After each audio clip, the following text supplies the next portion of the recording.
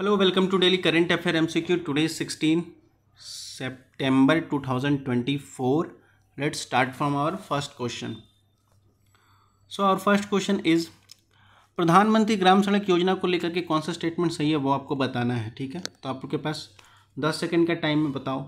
ठीक है, और इसका PDF चाहिए तो आप लोग को टेलीग्राम लिंक पे जाइए, वहाँ टेलीग्राम ग्रुप में आपको मिल जाएगा। और अगर वीडियो अच्छी लगती हो तो लाइक एंड सब्सक्राइब कर दो और आंसर बताओ फटाफट।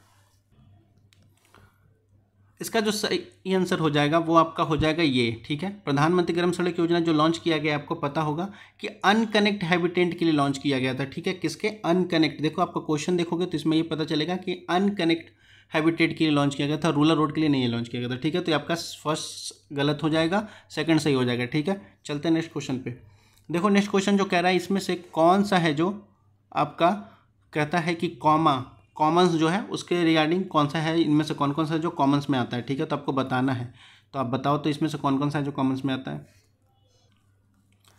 देखो इसका सही आंसर हो जाएगा सी ओनली 3। ये आपको फर्स्ट सही हो जाएगा, आपका ग्रेजिंग लैंड सही हो जाएगा, आपका फोर्थ आपका लेक एंड पॉन्ड सही हो जाएगा। ठीक है, थर्ड आपका गलत हो जाएगा फार्म लैंड्स। ठीक है, ये गलत हो जाएगा, कॉमन्स में नहीं आता है। ठीक है, चलते हैं नेक्स्ट क्वेश्चन पे।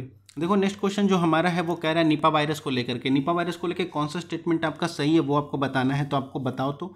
पहले तो ये देख लो स्टेटमेंट क्या कहता है। ये जूनोटिक वायरस डिजीज़ है, ये ट्रांसमिट होता है ह्यूमंस टू ह्यूमंस ट्रांसमिट होता है, जिसको जूनोटिक डिजीज़ कहते हैं। ठीक है, सेकेंड स्टेटमेंट कहता है ये प्राइमरी एनिमल रिजर्वायर है for the Nipah virus for bat particular the fruit bat. ये कह रहा है बेसिकली ये बैट से आया है, तो ये बेसिकली ये कह रहा है कि इसका प्राइमरी जो सोर्स पाया गया ये बैट यानी चमगादड़ों में देखा गया, ऐसा क्या है।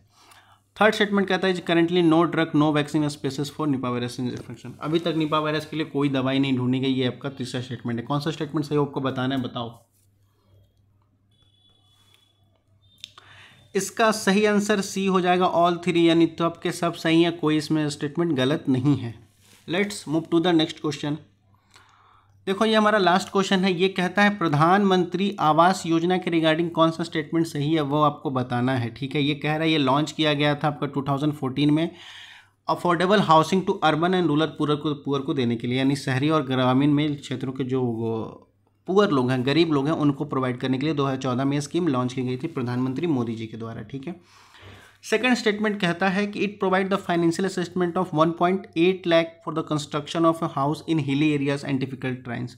यानी जिनको घर, जो लोग पहाड़ों में रहते हैं या कोई ट्राइंस एरिया में रहते हैं जहाँ मतलब डिफिकल्ट कंस्ट्रक्शन बनाने में, मतलब घर बनाने में बहुत मुश्किल होती है, उन लोगों को फाइनेंशियल असिस्टमेंट 1.1 लाख का दिया जाएगा, ऐसा इस स्टेटमेंट में कह रहा है। ठीक है, क्या ये सही है ये बताना है आपको। तीसरा कहता है credit link subsidy scheme is a की वर्टिकल कंपोनेंट अंडर प्रधानमंत्री आवास योजना अर्बन। ठीक है, तो ये क्रेडिट लिंक सब्सिडी भी प्रोवाइड किया गया क्या वर्टिकल कंपोनेंट को लेकर के, तो ये आपको बताना है। तो इसमें से कौन सा स्टेटमेंट सही है वो आपको बताना है, बताओ तो।